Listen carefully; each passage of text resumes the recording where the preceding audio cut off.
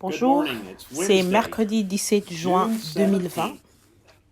Quelle période passionnante nous vivons.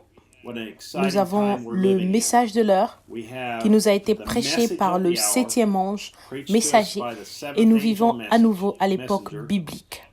Apocalypse 22, 16. Ici, j'envoie mon ange aux églises. Et cet ange continue de parler selon Apocalypse 10, 7, où il est dit, au jour de la voix du 7e ange, les Écritures sont très claires que ce serait au jour de la voix du 7e ange. Vous et moi faisons partie de l'épouse de Jésus-Christ et nous vivons au jour de la voix de ce 7e ange. Nous remercions donc le Seigneur pour cela. Ce 7e ange nous a dit sur la bande que nous aurons un prophète qui viendrait, puis il diminuerait, et ce prophète grandirait et prendrait sa place, et aussi la même autorité, et aurait la même autorité. Maintenant, je sais que cela est très contradictoire avec certains pays là-bas, mais si vous saviez seulement ce que je sais dans le message et sur les bandes, pas ma propre révélation, mais ce qui est sur les bandes, et c'est à vous d'entendre aussi. Frère Branham nous dit que ce prophète, peu importe qui est contre lui, mais Dieu serait pour lui. Ne serait-ce pas merveilleux si vous étiez cette personne? Ou si votre pasteur était cette personne que Dieu a dit qu'il était, il prendrait la place de ce messager, et peu importe qui était contre lui, car Dieu serait pour lui. Eh bien, j'ai ce berger. Et toi aussi, tu as ce berger. C'est merveilleux parce que quand un prophète vient, il est l'absolu pour le peuple. Parce que son absolu est Jésus-Christ. Et nous savons que cette parole, tout comme je l'ai dit auparavant, cette parole est notre absolu. Et la parole de Dieu vient au prophète. C'est ce que la Bible enseigne. Donc, si quelqu'un vous persécute à cause de l'enseignement de la Bible, alors je m'en échapperai aussi loin que possible. Je remercie donc le Seigneur d'être libre et j'espère que vous êtes également libre dans le Seigneur. Si votre pasteur se tient avec ce message et confirme ce que Dieu fait, son but, qui est le message d'un seul homme, en appuyant sur play, alors soutenez ce frère et ayez une communion autour de la parole avec lui. Si vous êtes en désaccord, ne l'abandonnez pas. Priez simplement pour lui et demandez à Dieu de vous aider à ne pas interférer avec cela, parce que le Saint-Esprit parle à l'Église. Et le Saint-Esprit utilise toujours le même but, un prophète. Et il y a un prophète sur terre, et il parle. Si votre pasteur ouvre ses oreilles et entend ce que Dieu dit par le Saint-Esprit, par ce prophète, alors il s'occupera de tout.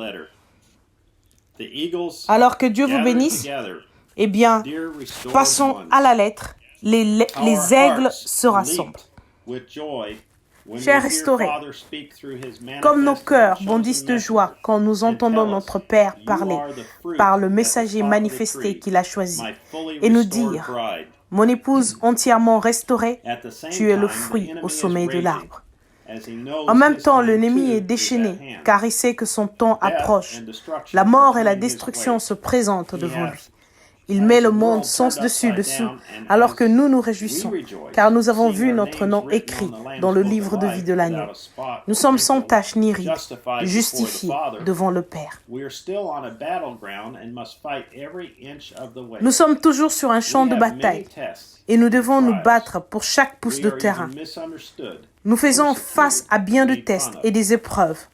Nous sommes mal compris, persécutés et ridiculisés, parce que nous croyons chaque parole qui se trouve sur les bandes. Parce que nous croyons à appuyer sur play. Cependant, cela n'ébranle pas son épouse. Pourquoi?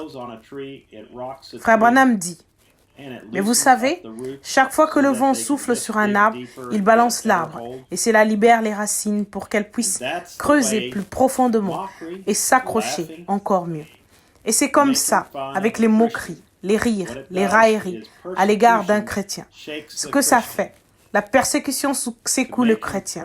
Ça le fait prier davantage, creuser, s'accrocher encore mieux, afin de pouvoir supporter la tempête.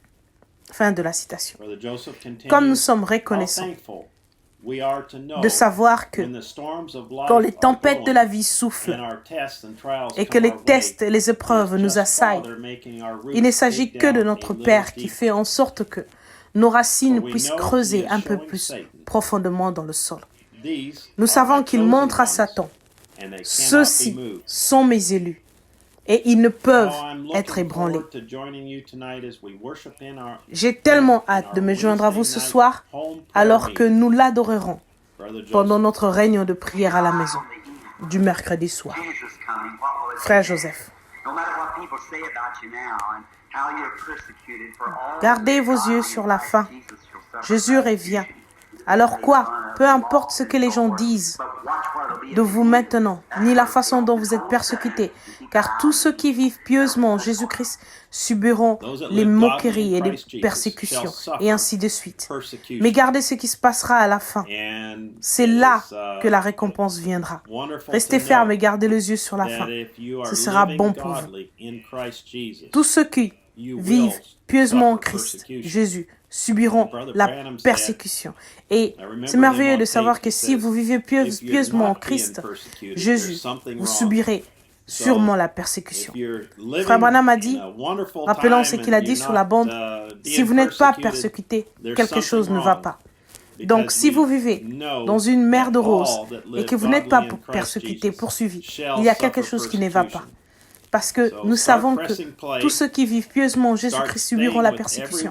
Alors commencez à serrer la pièce et restez avec chaque parole, croyant en son prophète et croyant en celui que Dieu nous a envoyé aujourd'hui, un prophète ordonné par la colonne de feu.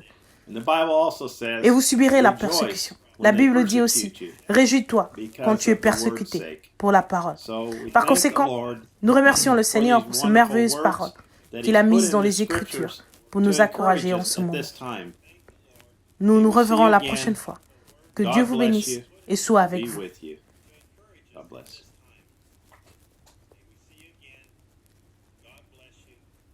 Dieu vous bénisse.